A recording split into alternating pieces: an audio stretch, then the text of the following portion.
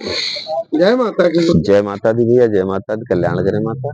तो फिर एक क्वेश्चन था कि कुछ लोग यक्षिणी साधना करना चाहते हैं और करते हैं, या कुछ लोग बताते हैं, तो यक्षिणी हमारे लिए किस हद तक हितकर है और किस हद अनहितकर है, अपने साधकों को ये बताएंगे।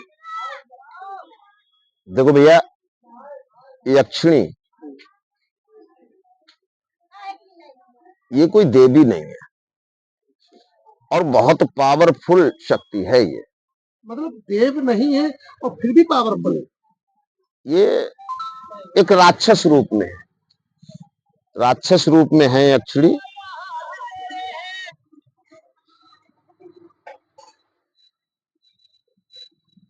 ये नर का भी रूप धर लेती है और नारी का भी रूप धर लेती मतलब एक हिसाब से छलावा है, छलावा है ये। और ये कोई भी कार्य करने में बड़ा प्रबल होती हैं।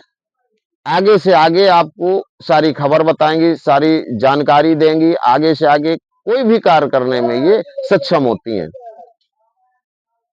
लेकिन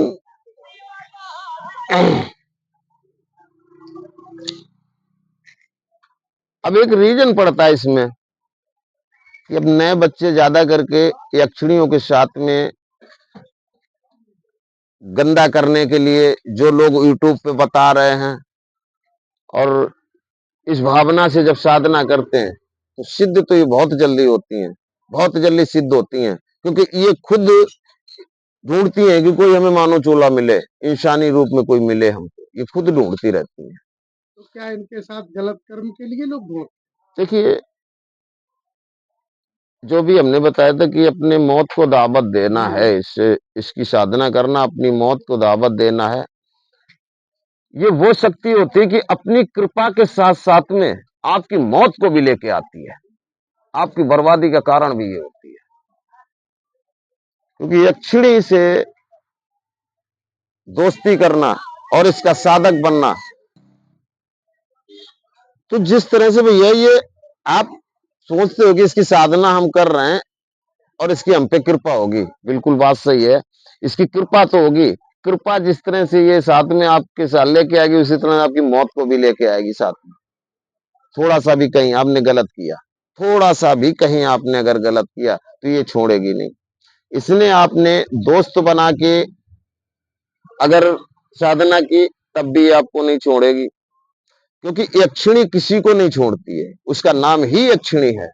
आपने अगर इसको स्त्री रूप में यानी अपने प्रेम का बना के इससे साधना की तब भी नहीं छोड़े, क्योंकि इससे संबंध बनाने का मतलब है बिजली का करंट शरीर में होना, मतलब खून चूस लेती, निचोड़ लेती है। मतलब इसको किसी भी रूप में सिद्ध करे तो ये हमें बहिष्कार नहीं है। बताया ना अभी कि ये नर का भी रूप रखती है, नारी का भी रूप। अगर कोई साधपा यानी लेडीज महिला इसकी साधना कर रही है तो ये नर का रूप धर के उससे संभोग करेगी, निश्चित करेगी संभोगी है।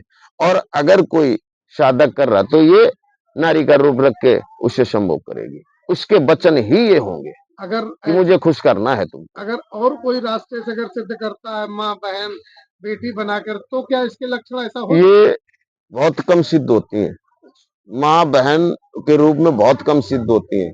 यक्षिणियां इसी कार्य के लिए ज्यादा होती हैं। तो ये जब मौत को इसीलिए दावत देती है कि आपके साथ संभोगी करना ही करना इनको है, क्योंकि जिनके पास यक्षिणी होगी, जिनके पास यक्षिणी होगी उसके साथ वो ये क्रिया जरूर करती होगी। तो उससे बचने का क्या फिर रास्ता होता है। वैसे हम तो यही कहेंगे कि यक्षिणियों के बारे में मत सोचें, बेहतर रहेगा। इनकी साधना साधक के लिए अच्छी नहीं होती है। लोग बहुत से कहने लगते हैं कि हमें करण पिशाचिनी की साधना है, लोग कह देते हैं करण पिशाचिनी की साधना की, वो कान में बताती है, यक्षिणी भी कान में बता देगी, जब आगे से आगे वो सब कुछ करेगी आपके लिए, सब कुछ करेगी, आपको सारी खुशियां देगी, लेकिन आपको चूस भी लेगी, वो खा लेगी आपको। इसकी जगह अप्सरा साधना अगर करे तो। जी, देखिए अप्सरा साधना आप कर सकते हैं। अप्सरा साधना बहुत ही साधक के लिए बहुत ही अच्छी साधना है, बहुत ही अच्छी और बहुत ही सीधी आत्मा होती है ये अगर कहीं पे आपसे अगर कोई गलती हो रही है, कोई आपसे चूक हो रही है,